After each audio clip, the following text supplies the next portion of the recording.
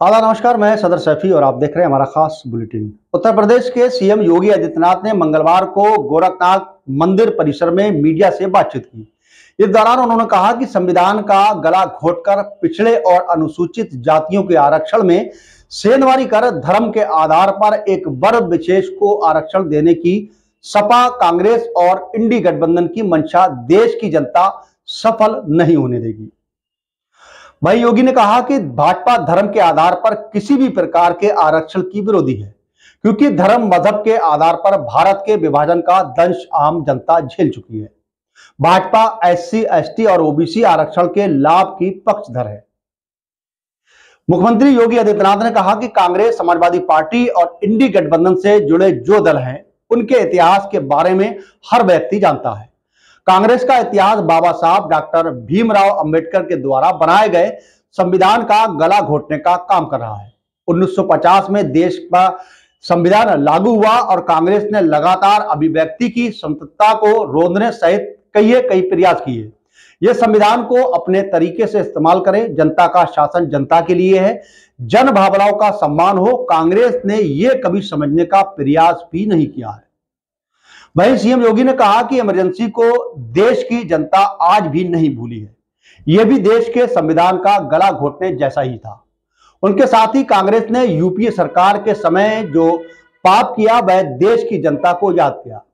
उन्होंने कहा कि तब समाजवादी पार्टी और बहुजन समाज पार्टी यूपीए सरकार में शामिल और सहयोगी थी।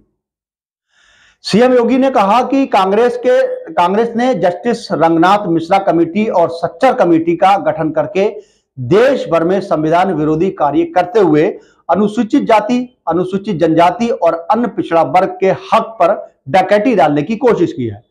तब कांग्रेस ने धर्म के आधार पर आरक्षण देने का कुत्सित प्रयास किया था।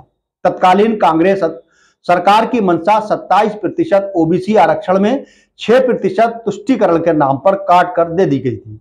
इसी प्रकार सच्चर कमेटी के माध्यम से अनुसूचित जाति, अनुसूचित जनजाति और आरक्षण में सेंधमारी कर मुसलमान समाज की कुछ जातियों को शामिल करने की कोशिश की गई थी। मुख्यमंत्री ने कहा कि तब भारतीय जनता पार्टी ने भारी विरोध के कारण तत्कालीन कांग्रेस सरकार की मंशा पूरी नहीं होने दी थी, अंततः उसी पर विरोध किया था। उन्होंने कहा कि सरकार में कांग्रेस धर्म के आधार पर पूरे देश में आरक्षण देकर ओबीसी और एससी, एसटी के आरक्षण में सेंधमारी कर चुकी होती। सीएम योगी ने कहा कि कांग्रेस ने कर्नाटक में ओबीसी आरक्षण में सेंधमारी करते हुए धर्म के आधार पर आरक्षण देने की शुरुआत कर दी है, लेकिन निर्वाचन आयोग ने कर्नाटक सरकार से रिपोर्ट भी तलब की है।